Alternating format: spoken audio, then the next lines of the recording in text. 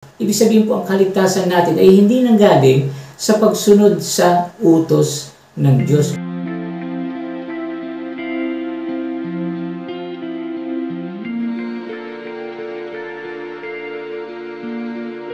Okay, binabanggit po dito sa Apocalypse chapter 14, verse 12.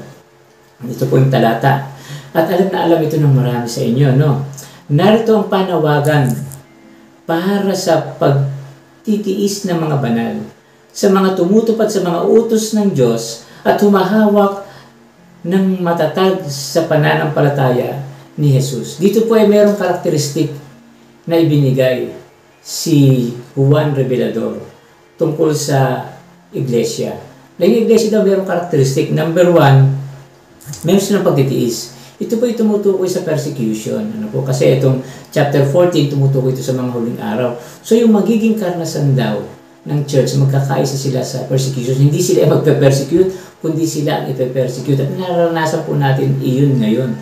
Dahil yung pananampalataya natin ay medyo counter-current. Ibig sabihin, yung sanlibutan ay umaagos pababa, samantalang yung church ay umaagos paakyat. So kinukontra po natin yung sanlibutan. Kaya madalas na nararanasan natin yung persecution kapag tayo mga estudyante, kapag tayo nagtatrabaho, o kung minsan galing sa mga kapitbahay natin dahil kakaiba tayo sa kanila. Kung minsan nakakaranas tayo ng ganong persecution. Pero dapat po nating tiisin yan dahil yan ay bahagi ng ating identity bilang iglesia.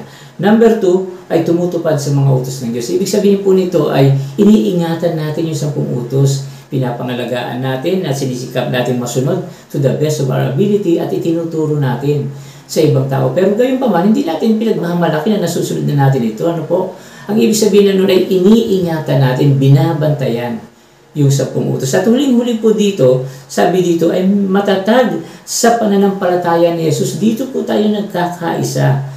Yung tamang pananampalataya sa ating Panginoong Hesus. Ang tamang pananampalataya po sa Panginoong Hesus ay yung we believe that we are saved by grace through faith. Ibig sabihin po, ang kaligtasan natin ay hindi nanggaling sa pagsunod sa utos ng Diyos, kundi nanggaling sa Diyos mismo, na siya ang gumawa ng ating kaligtasan.